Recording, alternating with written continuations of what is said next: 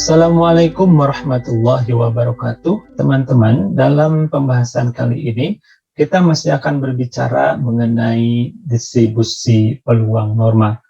Namun, ini akan kita kaitkan dengan proses yang disebut dengan proses sampling, sehingga kita akan membahas tentang distribusi sampling atau juga dikenal sebagai dalil limit pusat. Apa itu distribusi sampling dan apa itu dalil limit pusat? Mari kita bahas tentang hal tersebut. Jadi kita akan membahas tentang konsep dan prinsip-prinsip terkait distribusi sampling dan dalil limit pusat tersebut. Untuk lebih mempermudah teman-teman memahaminya, mari kita perhatikan prinsip dasar yang akan kita bahas dalam distribusi sampling atau dalil limit pusat ini. Jadi kita akan menentukan distribusi peluang dari statistik sampel yang diambil dari populasi yang berdistribusi peluang tertentu. Jadi kita memiliki sebuah sampel dengan ukuran tertentu dan kita akan menentukan bagaimana distribusi peluang yang dimilikinya, sehingga kita bisa menghitung nilai peluang yang harus dicari dari sebuah kejadian yang terkait dengan statistik dari sampel tersebut.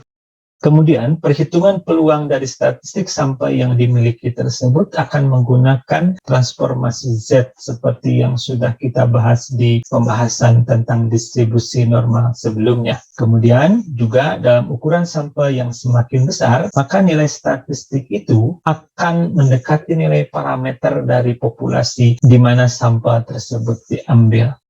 Nah, sekarang kita bayangkan, jadi kalau kita memiliki populasi sebagai berikut, katakanlah dengan unit atau elemen di dalam populasi itu ada sebanyak 10 atau N besarnya sama dengan 10. Ada X1, ada X2, X3, seterusnya sampai X yang ke-10. Kemudian nilainya masing-masing X1 itu 7, X2 8, X3 8, kemudian X4 9, dan seterusnya sampai X10-nya adalah 13. Berdasarkan informasi dari seluruh elemen yang ada di populasi tersebut, kalau teman-teman hitung total nilai yang dimiliki oleh populasi tersebut, berarti kita akan coba jumlahkan, berarti X1 ditambah X2 ditambah X3 dan seterusnya sampai X10, berarti 7 ditambah 8 dan seterusnya sama 13. Jadi kalau kita jumlahkan, ini adalah 100. Jadi ini adalah parameter dari total nilai atau total nilai sesungguhnya yang dimiliki oleh populasi tersebut. Kalau kita hitung nilai rata-ratanya, dan ini pun rata-rata yang berupa parameter, karena ini adalah nilai sesungguhnya yang kita peroleh dari seluruh unit yang ada di dalam populasi tersebut. Kalau kita hitung, rumusnya adalah 1/N besar kali sigma XI. Tadi sigma XI-nya adalah 100, berarti 1/10 kali 100, berarti kita akan dapatkan nilai rata-ratanya adalah 10. Dan kalau teman-teman hitung nilai variansnya akan diperoleh itu sebesar 3,6.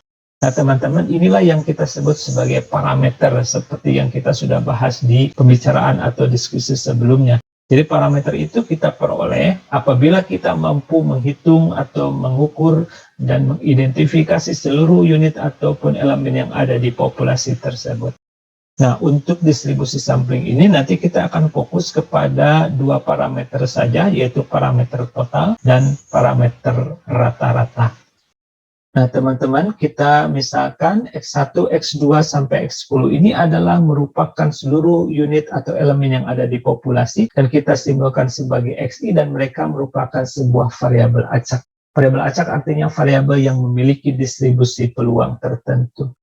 Teman-teman, apabila kita melakukan sebuah proses pengumpulan data berdasarkan dari nilai-nilai yang ada di populasi ini, tapi tidak keseluruhan, maka kita nanti akan kita peroleh yang namanya statistik. Jadi statistik itu didasarkan kepada sampel dari proses sampling yang kita lakukan. Berarti kita hanya mengambil sebagian dari seluruh unit atau elemen yang ada di populasi tadi. Nah teman-teman, jadi kalau misalnya kita hanya mengambil sampel dengan ukuran N-nya sama dengan 3, dan kalau teman-teman masih ingat konsep pengambilan sampel dari sebuah populasi, maka akan ada beberapa kemungkinan hasil yang kita peroleh terkait dengan ukuran sampel ini. Ukuran sampel ini akan ditentukan dengan beberapa kondisi. Misal, kalau dengan pengembalian, maka jumlah kemungkinan sampelnya adalah N besar pangkat N. Ingat N besarnya ada 10, N-nya 3, berarti kita akan mendapatkan 1000 kemungkinan atau 1000 urutan sampel yang berbeda kalau N-nya 3 itu. Jadi kita bisa mendapatkan X1, X1, X1. Ini memungkinkan karena kita akan mengembalikan sampel yang sudah kita peroleh. Juga bisa X1, X1, X2, X1, X1, X3, X1, X1, X4, dan seterusnya. Sampai yang terakhir, yang 1000 itu nanti adalah X10, X10, dan X ke 10. Jadi 1000 kemungkinan hasil ini adalah alternatif pertama. Yang kedua, bisa juga terjadi apabila kita mengambil sampelnya tanpa pengembalian, namun dengan urutan yang diperhatikan. Berarti kita akan mendapatkan cara sebanyak N besar permutasi N, atau sama dengan 10 permutasi 3, atau sama dengan 10 faktorial dibagi 10 min 3 faktorial. Kalau teman-teman hitung, ini akan kita peroleh sebanyak 720 kemungkinan.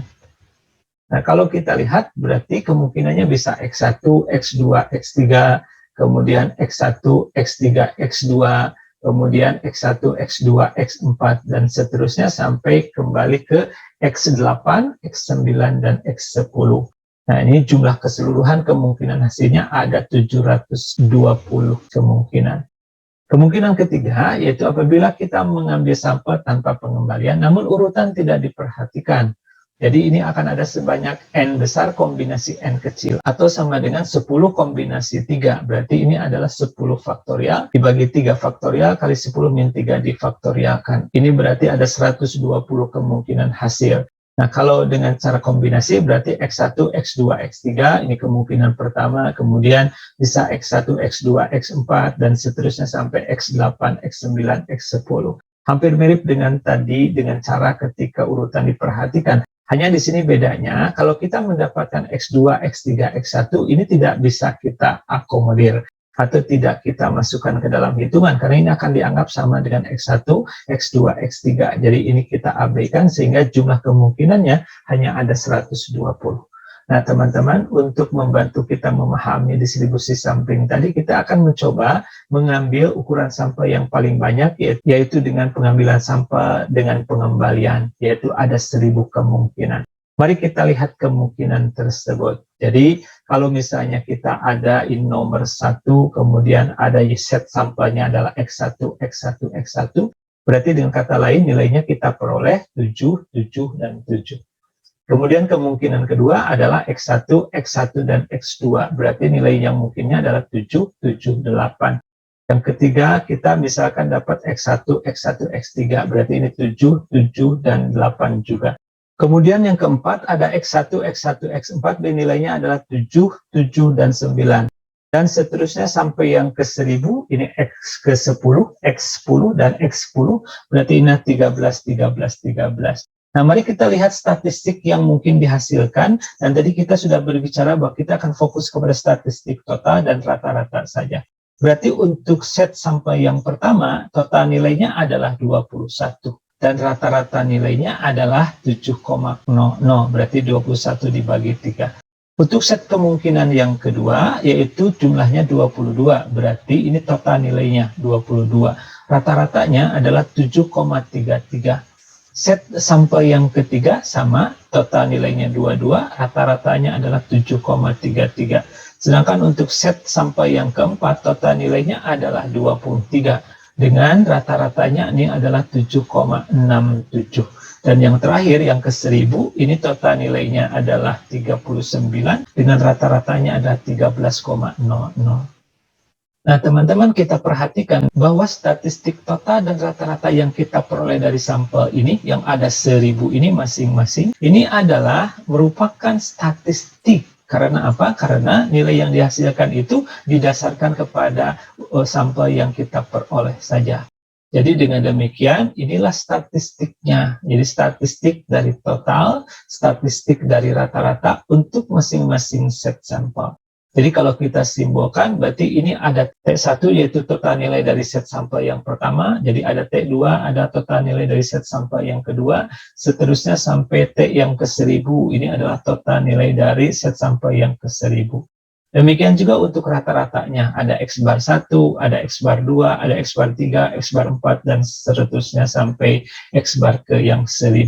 Nah, teman-teman perhatikan bahwa nilai total ini adalah bervariasi. Perhatikan, ada yang 21, ada yang 22, ada 22, ada 23, dan seterusnya.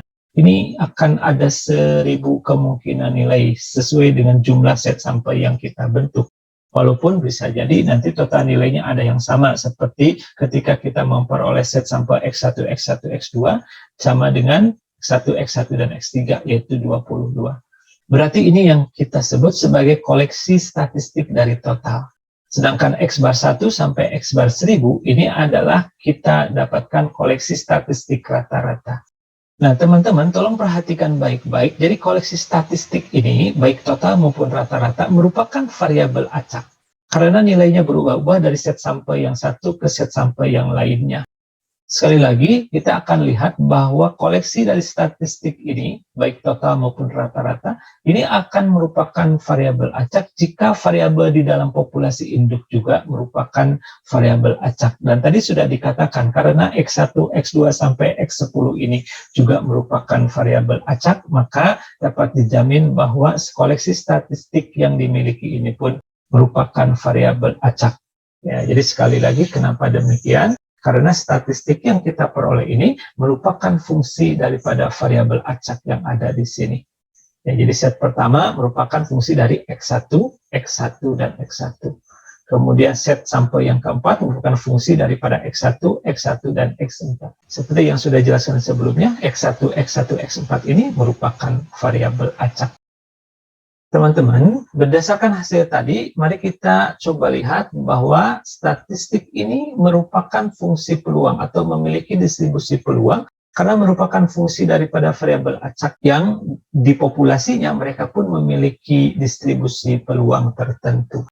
Kemudian, distribusi peluang dari statistik akan disebut sebagai distribusi sampling atau sampling distribution. Jadi, distribusi sampling ini tiada lain adalah distribusi peluang untuk statistik-statistik yang kita peroleh dari set sampel yang kita miliki yang berasal dari populasi yang memiliki distribusi peluang tertentu.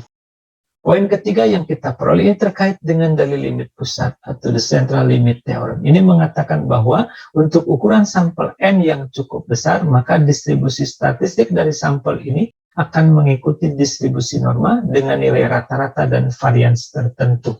Jadi sesuai dengan parameter yang akan kita cari. Dalam hal ini adalah tergantung apakah total, apakah rata-rata, karena ini akan memberikan nilai rata-rata dan varians yang berbeda, seperti yang akan kita tunjukkan berikut ini.